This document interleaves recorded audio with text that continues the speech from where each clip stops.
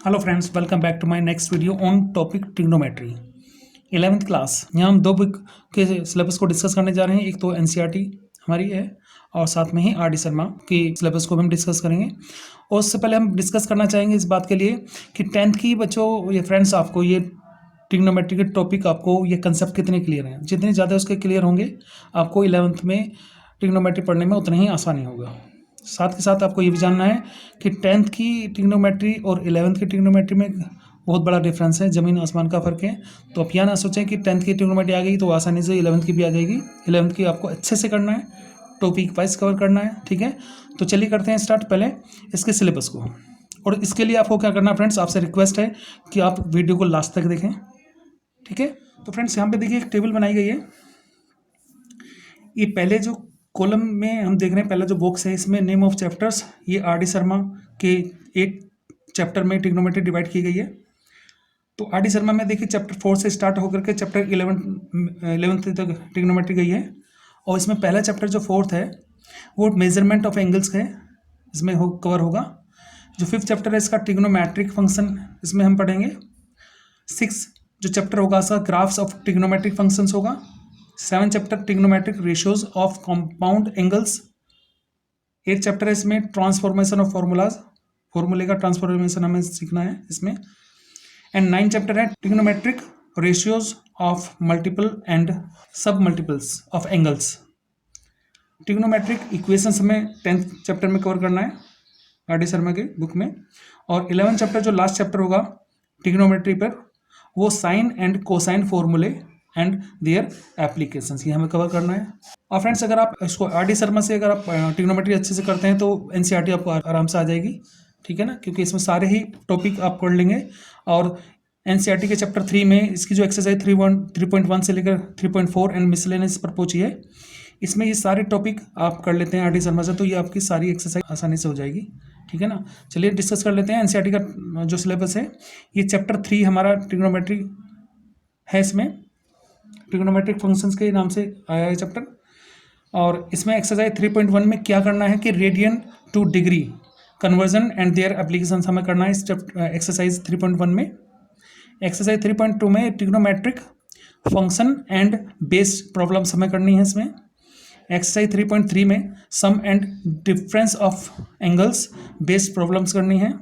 3.4 exercise में हमें finding करना है principal and general solutions of trigonometric functions. And फिर लास्ट एक्सरसाइज जो मिसलेनियस हैं वो भी हम करके चलेंगे कुछ।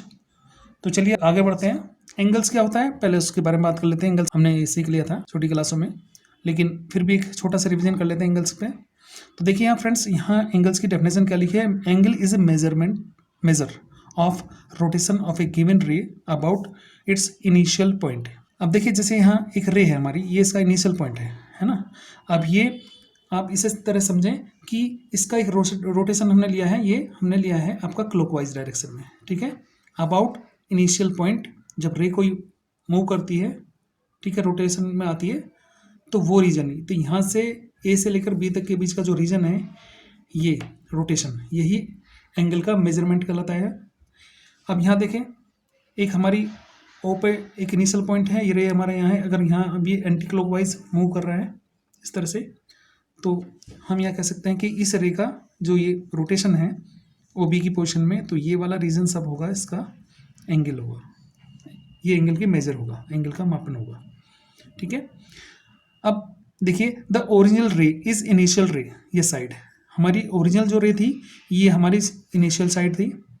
और जब ये मूव करके किसी दूसरी पोजीशन में पहुंचती है तो वो उसकी टर्मिनल साइड कहलाती है। देखिए वो इनिशियल साइड हो गई, और जब मूव करी है ये एंड क्लॉकवाइज डायरेक्शन में, यहाँ ओबी पोजीशन में आई है, तो ये होगी टर्मिनल साइड। इसी पोजीशन में हम देखें कि यहाँ पर ओरिजिनल पोजीशन है इसकी, यानी इनिशियल पोजीशन है इस रे की, मूव करके ये एंटी क्लॉकवाइज में मूव करिए, रोटेट करिए, तो ओबी में आके ये टर्मिनल साइड बन जाती है। और फ्रेंड्स आपको एक बात ध्यान रखनी है कि जब हमारी रे क्लॉकवाइज डायरेक्शन में मूव करेगी, रोटेट करेगी, तो एंगल हमारा होगा नेगेटिव।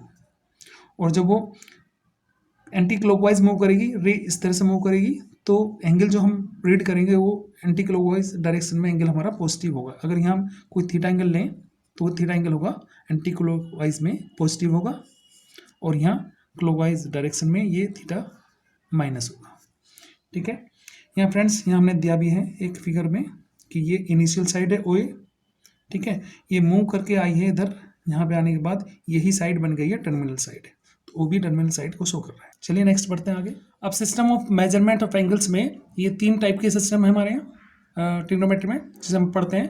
पहला सिस्टम है सेक्साडेसिमल सिस्टम, जिसे हम डिग्री पढ़ते हैं। ठीक है, दूसरा सिस्टम है सेंटेसिमल सिस्टम, जिसे हम ग्रेड पढ़ते हैं, यानी जी स्मॉल जी यूज करते हैं इसके किसी भी नंबर के ऊपर लगा के। ठीक है, और तीसरा सिस्टम है हमारा सर्कुलर सिस्टम, जिसे हम रेडियन पढ़ते हैं, रेडियन सिस्टम पढ़ते हैं। ठीक है, चलिए इसे 1 बाय 1 करके डिस्कस करते हैं। तो सेक्साडेसिमल सिस्टम में क्या होता है कि एक सर्किल है, ये एक सर्किल को अगर हम 360 इक्वल पार्ट्स में डिवाइड करते हैं, देखिए यहाँ छोटे छोटे पार्ट बनाए गए हैं, ये सब इक्वल पार्ट्स हैं। ठीक है, हर इक्वल पार्ट को हम कहते हैं डिग्री। अब देखिए यहाँ सर्किल हमने रिप्रेजेंट सर्किल को लिखा है 360 इक्वल पार्ट्स कॉल्ड डिग्री, तो सारे इक्वल पार्ट्स डिग्री कहलाएंगे। अब अगर हम क्वार्टर सर्किल लें, यानी हम क्वार्टर सर्किल मीन्स अगर हम एक राइट एंगल लें ये, तो उसमें 90 इक्वल पार्ट्स होते हैं। अब 90 इक्वल पार्ट्स मीन्स इसमें हर इक्वल पार्ट को भी हम डिग्री कहेंगे, यानी राइट एंगल में कितने डिग्री होते हैं, 90 डिग्री होते हैं। ठीक है, अब यहाँ हमने लिख दिया है कि 1 राइट एंगल में होंगे 90 इक्वल पार्ट्स, यानी 90 डिग्री, और 1 डिग्री में होंगे 60 इक्वल पार्ट्स, जिसको हम पढ़ेंगे 60 मिनट। मिनट को हम एक सिंगल डैश से रिप्रेजेंट करते हैं। ठीक है, तो 1 डिग्री में कितने इक्वल पार्ट्स होंगे, 60 इक्वल पार्ट्स होंगे, जिसे कहेंगे हम 60 मिनट। और 1 मिनट को अगर हम देखें, देखिए इस तरह से अगर मिनट को देखें, उसको भी इक्वल पार्ट्स 60 करें, तो वो हर इक्वल पार्ट्स कहलाएगा हमारा सेकंड्स, यानी 1 मिनट में 60 इक्वल पार्ट्स होंगे, जिन्हें हम कहेंगे 60 सेकंड्स।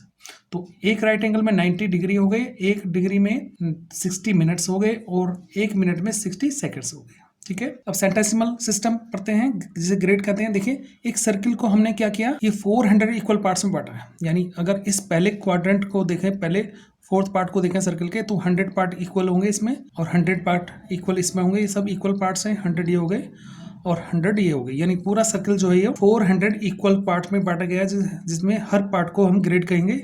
इक्वल पार्ट को ईच इक्वल पार्ट कहलाएगा ग्रेड्स, और इसको हम लिखते हैं स्मॉल जी से, यानी 1 ग्रेड। 1 लिख करके इसके ऊपर छोटा सा जी हम बना देंगे यहाँ।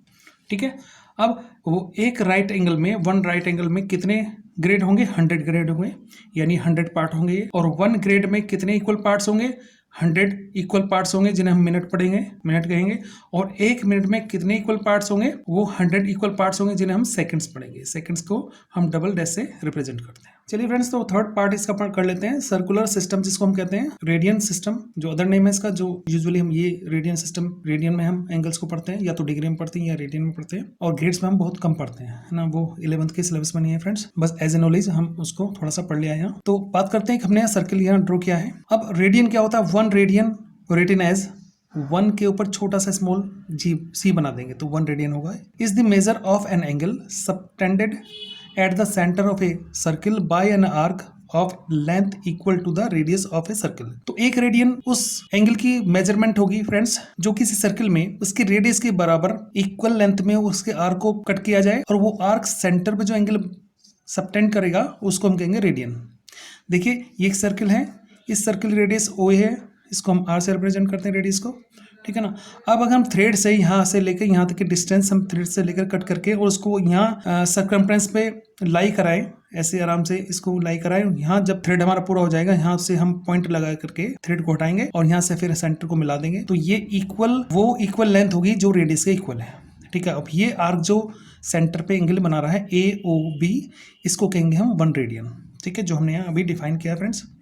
तो यहाँ लिख दिया हमने OA is equal to OB is equal to AB, तो ये भी आर हो गया हमारा और ये भी आर हो गया, राइट। तो 1 रेडियन किसके बराबर होगा, एंगल AOB के इक्वल होगा। अब थोड़ा इसको हम सोल्व कर लेते हैं, कैसे होता है। देखिए हमने यहाँ पर कुछ फ्रैक्शंस लिखी हैं एंगल के फॉर्म में, उसके कोरोस्पोंडिंग आर्क भी लिखे हैं।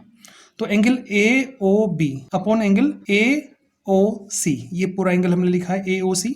ठीक है, AOB अपॉन AOC। अब AOB के कोरोस्पोंडिंग जो एंगल AOB किस आर्क से बना है, एंगल AOB आर्क बना AB आर्क से बना है angle AOB, and AOC angle किससे बना है, आर्क ABC, पूरे इस आर्क से बना, जो हाफ आर्क है सर्किल का, हाफ सर्किल आर्क है। ठीक है ना, अब हमें AOB को लेके चलना है फ्रेंड्स। अब हमने AOB को यहाँ पे रखा है, AOC को हमने arc AB upon arc ABC into multiply कर दिया हमने इसको AOC एंगल के साथ, ठीक है। अब आगे हमने ऐसा बढ़ाया है, AOB को हमने कहा है 1 रेडियन, तो 1 रेडियन हमने यहाँ लिख दिया है। अब AB क्या है फ्रेंड्स, AB है R रेडियस, जो आर्क है रेडियस के इक्वल है, एंड ABC क्या है, हमारा हाफ सर्किल है, मीन्स सर्किल का सरकमफ्रेंस है जो कि हाफ है, तो सर्किल का सरकमफ्रेंस होता है फ्रेंड्स 2 पाई R, और हाफ सर्किल का होगा, इसको 2 से डिवाइड करेंगे तो 2 से 2 कटेगा, तो ये ABC जो हाफ आर्क आ गया, हाफ सर्किल आ गया, इसको हमने पाई R से लिख दिया है। और AOC कंप्लीट एंगल है, स्ट्रेट एंगल है, इसको हमने लिख दिया है 180 डिग्री। तो देखिए R से R कट हुआ है, तो 1 डिग्री किसके इक्वल आ गया, 180 डिग्री अपन में पाई, तो 1 रेडियन की जो वैल्यू आ गई हमारी, ये आगे 1 रेडियन की वैल्यू आ गई है 180 डिग्री अपन में पाई, ठीक है फ्रेंड्स। तो अगर हम पाई की 1 रेडियन से मल्टीप्लाई करें तो पाई इंटू 1 रेडियन इक्वल हो गया 180 degree, it means pi radian हो गया हमारा 180 डिग्री के इक्वल। अब फ्रेंड्स थोड़ा सा आगे देखते हैं, इसको आगे बढ़ाते हैं। और 1 रेडियन आया हमारा, अगर हम 1 रेडियन लें तो ये पाई इसके नीचे जाए तो 180 डिग्री अपन में पाई।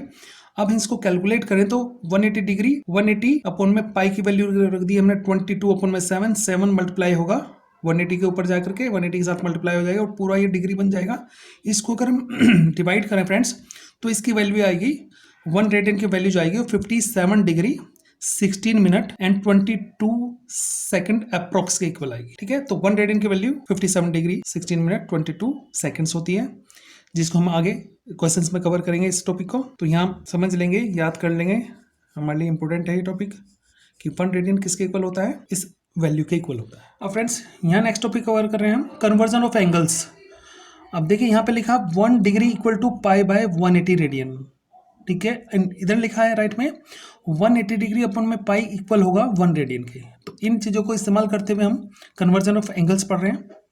तो देखिए अगर हमें डिग्री एंगल, कोई एंगल है हमें जो डिग्री में दिया गया है उसको रेडियन में चेंज करना, तो हमें पाई बाई 180 से मल्टीप्लाई करना होगा, राइट।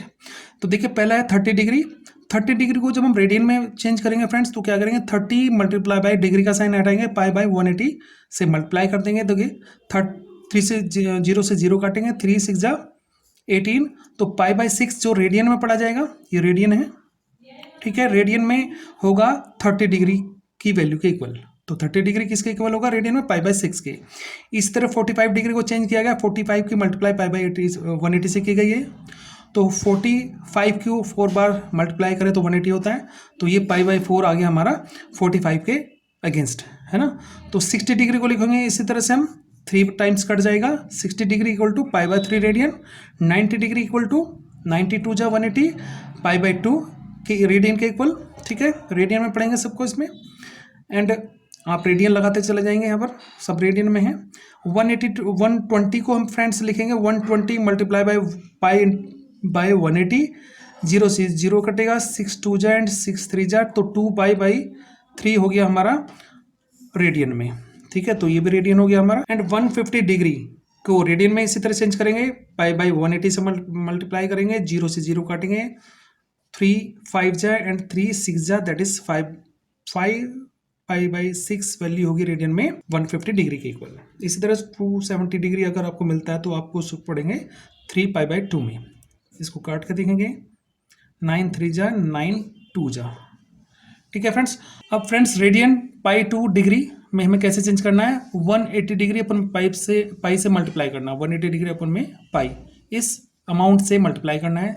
तो देखिए रेडियन अभी मैंने पाई बाई 6 पढ़ा था, तो कैसे करेंगे इसको, इसके हम रेसिप्रोकल लेंगे इसका, पाई बाई 180 और 180 डिग्री पर में पाई, ठीक है। तो pi by 6 equal to pi by 6 multiply by 180 degree into pi अपन में पाई, तो पाई से पाई कटेगा, 6 30 से कट जाएगा, तो 30 डिग्री आ गया, ठीक है। Pi by 4 multiply by 180 degree अपन में पाई से पाई कट, 45 की टेबल चलेगी यहाँ, 45 डिग्री। सिमिलरली सब किया गया है, ठीक है। देखिए लास्ट में हम देख रहे हैं 3 पाई बाई 2 को हमने रिप्रेजेंट किया, कैसे किया, 3 pi by 2 multiply by 180 degree अपन में पाई से पाई कट, 2 की 90 से कट जाएगा, 93 जा 270 डिग्री, ठीक है फ्रेंड्स। तो आपने यहाँ सीख लिया कि डिग्री टू पाई रेडियन और रेडियन टू डिग्री हम कैसे कन्वर्ट करते हैं, ठीक है फ्रेंड्स। तो फ्रेंड्स लास्ट में हमें बताना है कि ये जो हमने नोट्स आपके लिए बनाए हैं, आप इन्हें चाहे तो वीडियो पोज करके नोट्स अपने बना सकते हैं पर्सनली, और आपसे रिक्वेस्ट करनी है कि आप वीडियो को ज़्यादा से ज़्यादा लाइक करें, शेयर करें, और अगर आप चैनल पर नए हैं तो प्लीज़ सब्सक्राइब करें। Thanks for watching.